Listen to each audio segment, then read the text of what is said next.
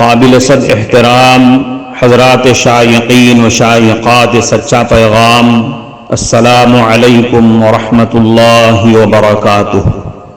آج کی محفل میراث النبی کے نورانی پروگرام میں آپ کا استقبال ہے۔ اہلا و سہلا مرحبا۔ ہم آپ تمام حضرات و مستورات کا خیر مقدم کرتے ہیں۔ محترم حضرات و خواتین، تعلیم کا آغاز ہو رہا ہے۔ سب سے پہلے آداب تعلیم کا لحاظ کرتے ہوئے تعلیم کی طرف متوجہ ہو جائیں۔ پورے دھیان سے سننا، عمل کی نیت سے سننا اور تبلیغ کی نیت سے سننا، یعنی سنی ہوئی باتیں دوسروں تک پہنچانے کے جذبے سے سننا۔ چند خاص آداب تعلیم ہیں۔ امید ہے کہ آپ حضرات ان آداب کا ضرور خیال رکھیں گے۔ جزاکم اللہ۔ بسم اللہ الرحمن الرحیم۔ حضرت ابو ہریرہ رضی اللہ عنہ سے روایت ہے کہ رسول اکرم صلی اللہ علیہ وسلم نے ارشاد فرمایا، ایمان کی 70 سے زیادہ شاخیں ہیں، ان میں سب سے افضل شاخ لا الہ الا اللہ کا کہنا ہے، اور ادنا شاخ تکلیف دینے والی چیزوں کا راستے سے ہٹانا ہے، اور حیا ایمان کی ایک اہم شاخ ہے۔ حیا کی حقیقت یہ ہے کہ وہ انسان کو غلط کام سے بچنے پر آمادہ کرتی ہے اور صاحب حق کے حق میں کوتاہی کرنے سے روک دیتی ہے۔ حضرت ابوبکر رضی اللہ عنہ سے روایت ہے کہ رسول اکرم صلی اللہ علیہ وسلم نے ارشاد فرمایا، جو شخص اس کلمے کو قبول کر لے جس کو میں نے اپنے چچا ابو طالب پر ان کے انتقال کے وقت پیش کیا تھا اور انہوں نے اسے رد کر دیا تھا، وہ کلمہ اس آدمی کے لیے نجات کا ذریعہ ہے۔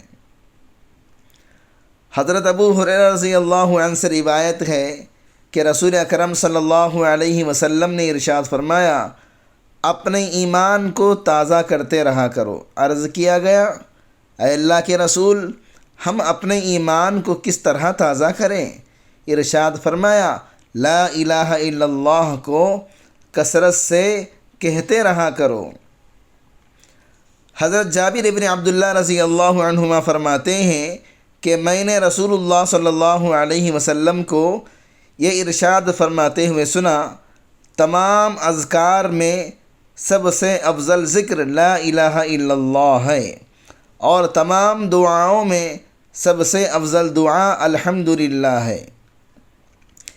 لا الہ الا اللہ سب سے افضل اس لیے ہے کہ سارے دین کا دار و مدار ہی اس پر ہے، اس کے بغیر نہ ایمان صحیح ہوتا ہے اور نہ کوئی مسلمان بنتا ہے۔ الحمدللہ کو افضل دعا اس لیے فرمایا گیا کہ کریم کی تعریف کا مطلب سوال ہی ہوتا ہے، اور دعا اللہ تعالیٰ سے سوال کرنے کا نام ہے۔ حضرت ابو ہریرہ رضی اللہ عنہ فرماتے ہیں کہ رسول اکرم صلی اللہ علیہ وسلم نے ارشاد فرمایا، جب کوئی بندہ دل کے اخلاص کے ساتھ لا الہ الا اللہ کہتا ہے تو اس کلمے کے لیے یقینی طور پر آسمان کے دروازے کھول دیے جاتے ہیں، یہاں تک کہ یہ کلمہ سیدھا عرش تک پہنچ جاتا ہے، یعنی فوراً قبول ہو جاتا ہے، بشرطے کہ وہ کلمہ کہنے والا کبیرہ گناہوں سے بچتا ہو۔ اخلاص کے ساتھ کہنا یہ ہے کہ اس میں ریاکاری اور نفاق نہ ہو۔ کبیرہ گناہوں سے بچنے کی شرط جلد قبول ہونے کے لیے ہے، اور اگر کبیرہ گناہوں کے ساتھ بھی کہا جائے تو نفع اور ثواب سے اس وقت بھی خالی نہیں ہوتا۔ حضرت یعلا ابن شداد رضی اللہ عنہ فرماتے ہیں کہ میرے والد حضرت شداد رضی اللہ عنہ نے یہ واقعہ بیان فرمایا، اور حضرت عبادہ رضی اللہ عنہ جو کہ اس وقت موجود تھے اس واقعے کی تصدیق بھی فرمائی۔ ایک مرتبہ ہم لوگ نبی کریم صلی اللہ علیہ وسلم کی خدمت میں حاضر تھے۔ رسول اللہ صلی اللہ علیہ وسلم نے دریافت فرمایا، کوئی اجنبی یعنی غیر مسلم تو مجمع میں نہیں؟ ہم نے عرض کیا کوئی بھی نہیں۔ ارشاد فرمایا دروازہ بند کر دو۔ اس کے بعد ارشاد فرمایا ہاتھ اٹھاؤ اور کہو لا الہ الا اللہ۔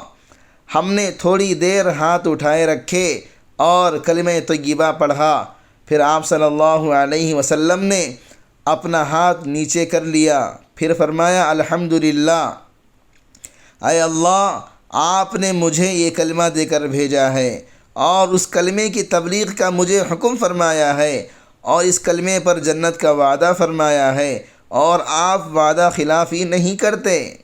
اس کے بعد رسول اللہ صلی اللہ علیہ وسلم نے ہم سے فرمایا خوش ہو جاؤ، اللہ تعالیٰ نے تمہاری مغفرت فرما دی۔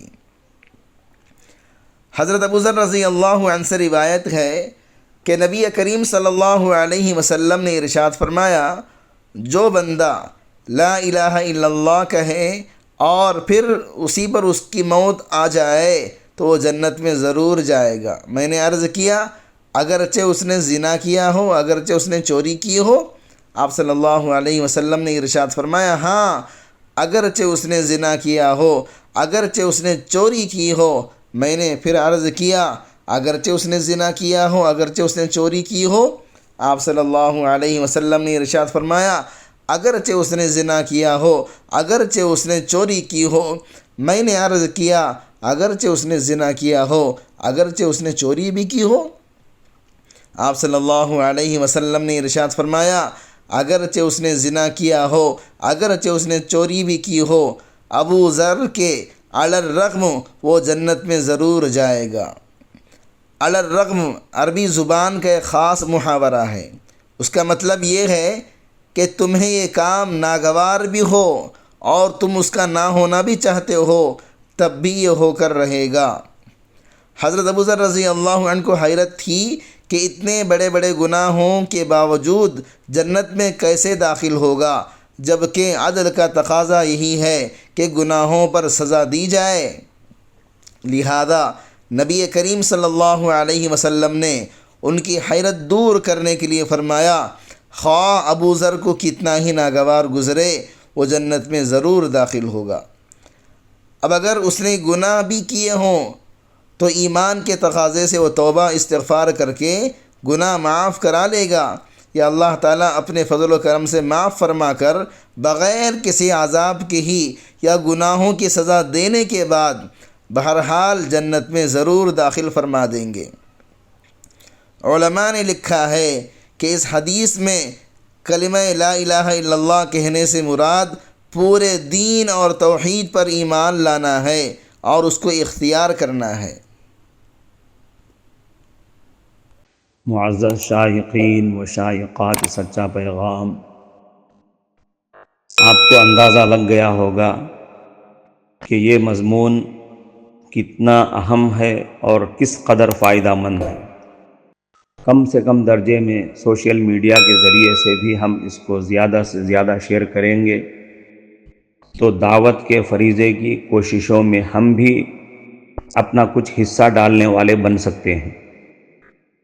لہٰذا زیادہ سے زیادہ اس کو عام کریں تاکہ پوری دنیا کے ہندوؤں کی غلط فہمی دور ہو جائے اور انہیں یہ زمینی حقیقت معلوم ہو جائے اور وہ اپنے اصل مذہبی لیڈر پیغمبر آخر الزماں حضرت محمد الرسول اللہ صلی اللہ علیہ وسلم کو ماننے پر مجبور ہو جائیں اور کلمہ پڑھ کر آپ کے ساتھ ساتھ وہ بھی جنت میں جانے والے بن جائیں۔